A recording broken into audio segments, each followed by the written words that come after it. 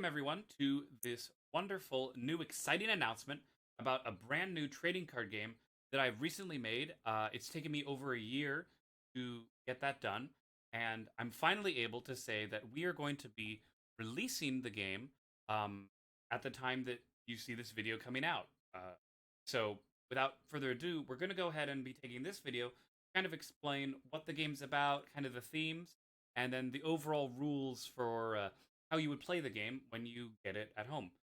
Now, importantly, keep a note of the time and the date when it's uploaded, just so that way you know when I'll, as go through the game, making it, I'll be putting update videos and full explanations and possible changes to the way the game works over time. So just keep in mind that these rules are to be used for the time of this being made, and don't worry, there'll be a full links in the description where any updates may be. Just got to put that disclaimer out there, just to be super sure, and we'll put a timestamp. Anyway, let's get straight into it. So, what is Stacked, the trading card game, specifically about? Well, this game is set in 1960s during the moon landing.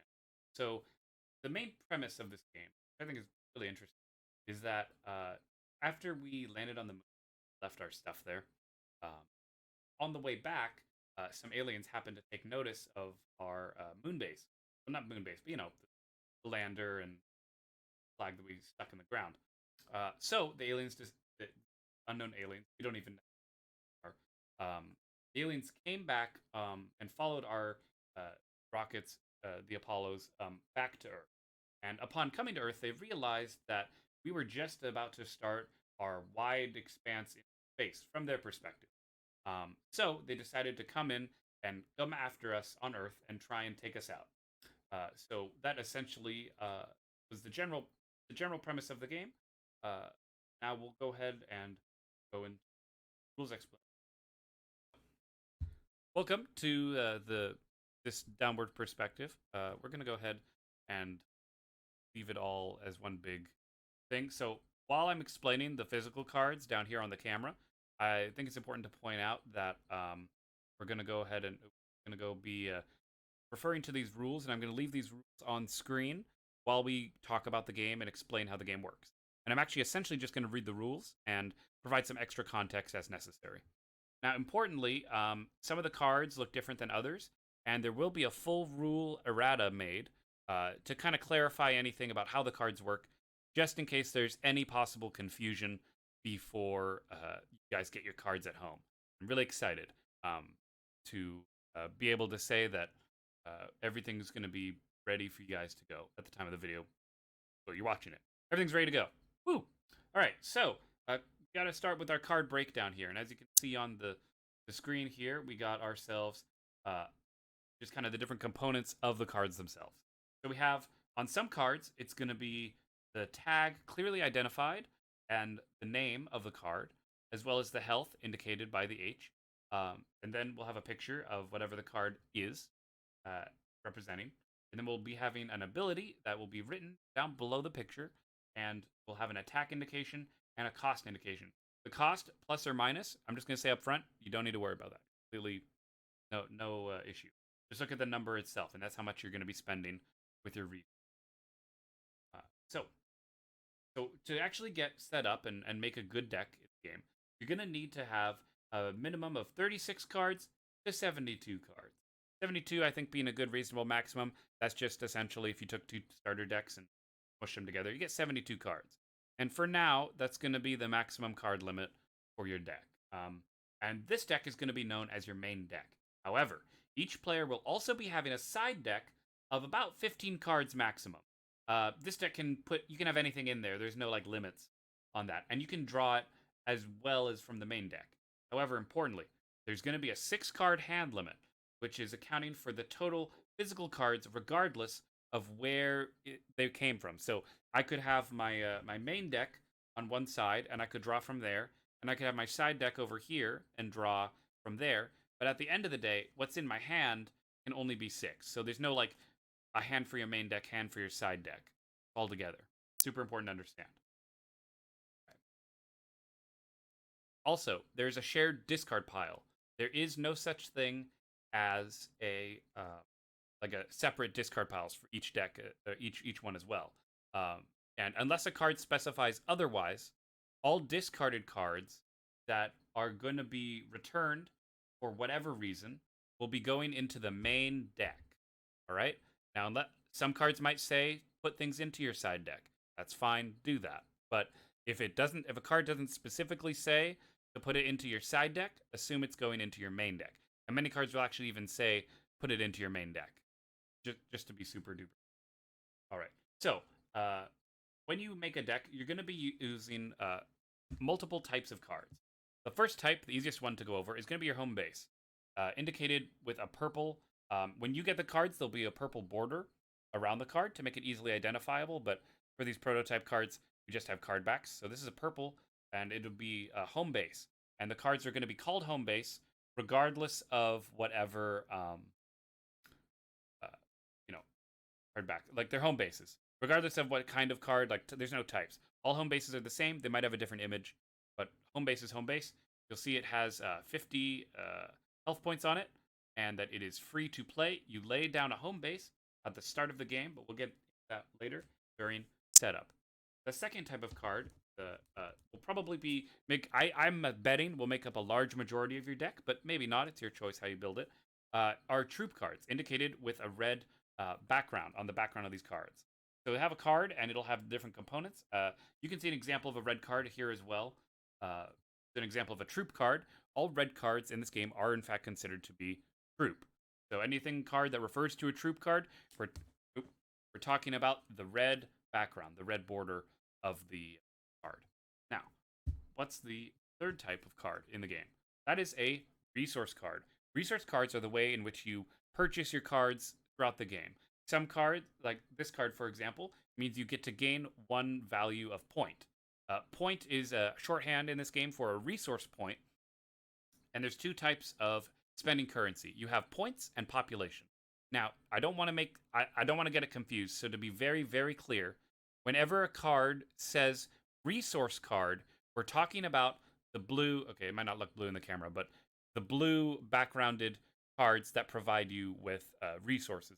That's a resource card. If something is in reference to points, or PTS for short, that's in reference to the benefit of spending currency you gain based on what a resource card is telling you. I want to make that very, very clear in this clarification section.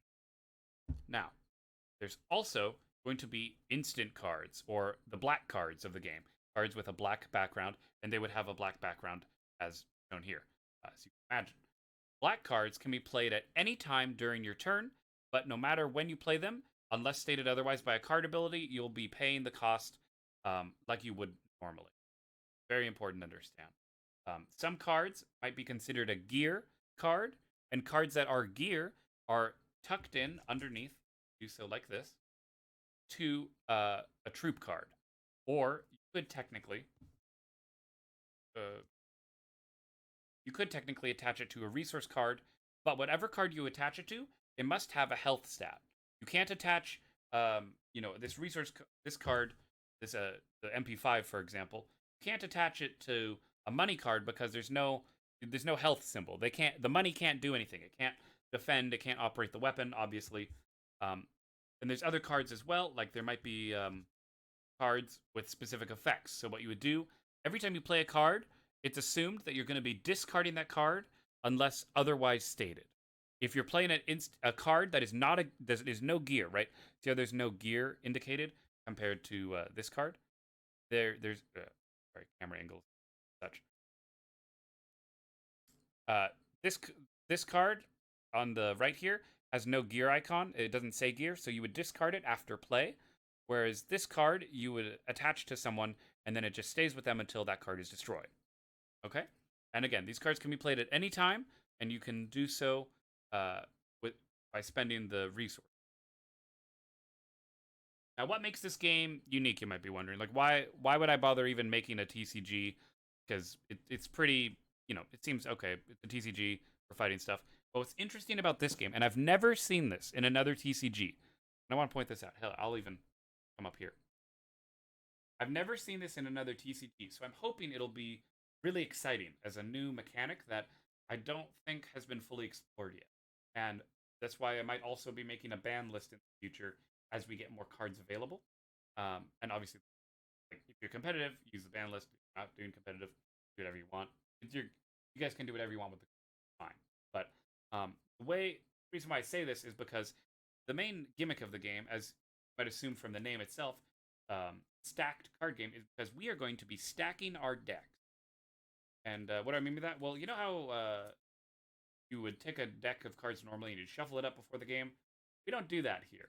So when you're at home or on your own, whenever you're building your deck, you're gonna take a look at all these cards in your hand and look at them, and you could order them in any order you wish. And obviously when you come into the game, you're gonna be drawing from this. Like for example, say I want to build a deck, right? How do you build a deck in the game? All right, very clearly, you just take whatever cards you want. You're gonna have your home base on top. Always have your home purple base on top, okay? And then when you're building, I like to build by just flipping them down, because when you pick them back up, it'll be nice. So let's say we wanna build a deck here, okay? So for example, we might our opening hand, we're gonna have 6 cards in our hand. So we got to think, what do we want to have in our hand at the beginning of play? Well, we might want some money cards because that's how we gain our points, and these are free to play. We might want, for example, a civilian card because that gives us population, and then that would be quite handy to have. So that's going to be 3 of our starting cards. And then you might think, okay, well, if we're going to have some points and stuff, what would we want to have? Well, we could definitely go ahead and, like for this build, for example, I might take a second population gaining card. So now in our starting hand, we would have all the resources that we want to begin with, as well as 2 pop. And then we might say, well, you know what? I'd like this Enforcer card to come up next. So we're going to go, he costs 2 and 1. We'll have that when we play it, and then play that next. And we might say, well, we're going to have 2 points as well with our money. Why don't we add on an MP5? And then you just kind of go through this process, building your deck. Maybe, hey, next thing I want to draw. So you build up your opening hand, right? So if you're playing the game, you'd lay down your home base card, kind of at the back of you, behind you. And then you'd pick up your pre-stacked deck. Remember, we would flip it over, once you're done building your deck. And then you draw 1, 2, 3, 4, 5, 6. 6 cards for your opening hand. And then that would be your hand. And look at that, because again, we're not shuffling the deck. Very important. Do not shuffle the deck. You'll screw up the whole game. We essentially will be able to then see exactly what we chose to have. Then we'll start the game with that. And then on our turn, when we go to play, we'll be like, hey, let's drop down our stuff, start the game out with kind of an opening thing. And then you draw back up your hand limit. Really simple. It makes the game go quick. That way, and you know what you have.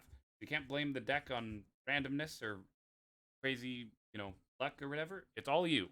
You're making your deck, so you can decide how you'd like to compose it.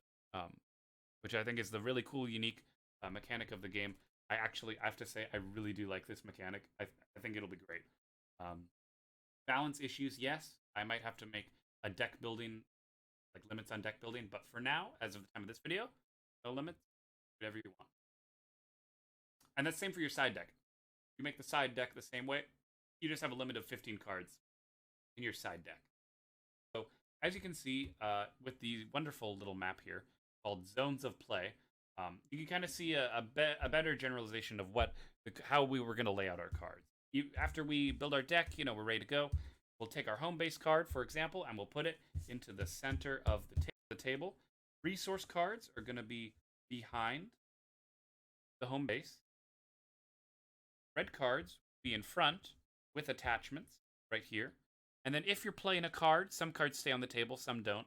Any black cards that stay on the table when you play them, and all cards in general that are black will be played, the instant cards, are played next to the home base on either side, whichever you're comfortable with. Some people might just shove the home base over to one side and lay their black cards down in the middle. That way you can see all the effects as you go through it. I think it'll be really handy. And then your opponent would obviously have the opposite side, and leave a section in between for both of you, because I don't know how much table space you have. Some cards are special, and they do bunker cards. Bunker cards, which you may or may not get when you get the packs and stuff, they look like this, all right? Anything that says bunker on it, importantly, anything that is a bunker card, like this card right here, will go ahead and be played on top of the home base. We had the home base underneath, you pay the cost by rotating. You pay costs by rotating the cards, but to indicate that, and then they'll reset.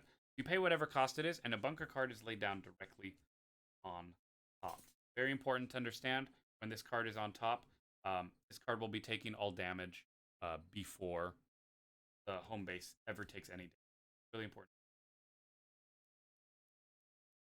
So, talk about the individual specific phases of the game, starting with deployment. And again, this Word document will be available to everyone for download. The deployment is essentially the phase of the game where players can play cards. All right, so go back to the beginning, right? Now we can actually go through how the game would actually be set up. So say you have your hand of cards, all right? You have your home base down, you started the game. Players may then, first, going to be playing new cards into our respective zones. So zones, there's troop zone, instant zone, and resource zone. Okay, and it's all centered around the home base. That keeps it pretty manageable. Now, in order to play a card, you need to pay for the cost. Now, for example, this civilian card, for example, is free, so I can just lay it down, no problem. And I can do the same thing with all the cards that I start with in my hand that I can afford. So we can go ahead and lay down all of our free cards first. And then, after that, we can go ahead and pay for any extra cards we'd like to play. So, for example, if I wanted to... that's fine. So if I wanted to pay for my Enforcer, like a good, strong unit, he costs 2 population and 1 points. So I would go ahead and pay by rotating 90 degrees for my 2 civilians and a single point, and I'd be able to lay the Enforcer down onto the table. It's all happening in the same phase, right? The deployment. Now, I can't go ahead. These cards are going to be stuck like this. Once you pay for it, you're stuck. So you're not going to be able to play this card, this instant card, at any point in the game because you don't have the resources. You're going to need to wait, hopefully draw some more resource cards to be able to take more actions. However, there is no specific limit to how much you can play. For example, like you can lay down all these resource cards right away. There's no problem with that. In fact, you could, even get some of these. Some cards are free. Like you have these free Alien Assault cards. So the Alien Assault card is free. You can just lay it down, no problem, and do that even with the Enforcer, right? So you can have multiple cards laid down at once as long as you have the resources to spend on them. And that's pretty much how it goes for purchasing things. Now, as we move on to the attack section. So how do we actually make an attack? And that's actually really important. So I'm going to relay out the board here just a little bit. We don't need the home base right now. So let's say I want to make an attack, all right? The pretty basic representation is we're going to put attacker on this side and defender on this side. All right, now we're going to go ahead and move on to the combat section of the game. And we're going to go ahead and scroll down here, and we'll see what happens after we do the deployment, after we've played all of the cards we want to play in the initial deployment phase. We're going to be attacking. And this is the most complicated part of the game, so we'll go ahead and go through this pretty darn slowly, actually. So, step 1 in the first section, the attacker, who's going to be on this side, is going to be making the attacks. So, they would first take their cards and say, I'm going to have this Enforcer card and this Recruit card make an attack against your home base. You're targeting, technically, the home base, what you're attacking. Then, you'll move them forward as if to indicate, there'll be more space, that you'll move forward and indicate what units are making an attack. Then, it's up to the defending player to decide if they want to use their troops to defend against the incoming attack. So, for example, you could have 2 cards pair with 1 card, or you could have them go individually. It's up to the defender's choice. Now, when you pair the cards up, you're going to be comparing the health stats and the attack stats. So, for example, in these pairings that we've just made, and you're welcome to follow along with your own cards, you would have, for example, this first one, the Alien Assault against the Alien Recruit. They both have 1 health each, and they both have 1 attack each. So they'd essentially cancel each other out, and both cards would be discarded from play into each other's respective discards. Now, for the second interaction, we have an Alien Scout, and we have an Enforcer. The Enforcer has 2 attack and 3 health, and then the Alien Scout has 3 health and 4 attack. So, when these two fight, the alien scout's 4 attack will beat the enforcer's 3 health, which would kill the enforcer. However, the enforcer's attack of 2 is not equal to the alien scout's health of 3. Therefore, the alien scout would stay on the table, and this would be considered a defended attack. Now let's look at what would happen if we were going up against a bigger opponent. Say the attacker, maybe in the next round, comes in with a bigger unit. This is the alien UFO, denote 6, because they're different UFOs. This is UFO 6, and this unit has a 6 attack and 6 health, which is far more than the alien scout's 3 health. But if this is declared on the attack, while the defending player assigns a unit to defend, they can choose to take civilian cards or resource cards that have a health on it. I just said civilian card as an example because it's civilian on the card. You can take a resource card with a health indicator on it and add it to the defense of a troop. And then you would, again, as normal, compare the health of both cards and attacks. So in this example, because the combined health strength is only 4, and the attack of the UFO is 6, these two cards would still be defeated. However, if for whatever reason the attack was, say, maybe the health was strong enough, but the attack was only a 2, it'd be up to the defensive player to decide how to lose their units. Regardless of whether or not the attack, however many units are killed, no matter how many units are killed, if the attacking player wins in combat, so they manage to clear everything out of the way, because there could still be cards left on the table if you don't want to defend. But in that pairing, if the attacker wins and clears out all the cards, they would then go ahead and move on to the home base. Now, if they didn't have enough attack strength to break through all the cards, the attack would just be over. That would be the end of it. But if it goes through, you then attack the home base at full strength, and you'd mark with either dice, chips, whatever you feel comfortable with using.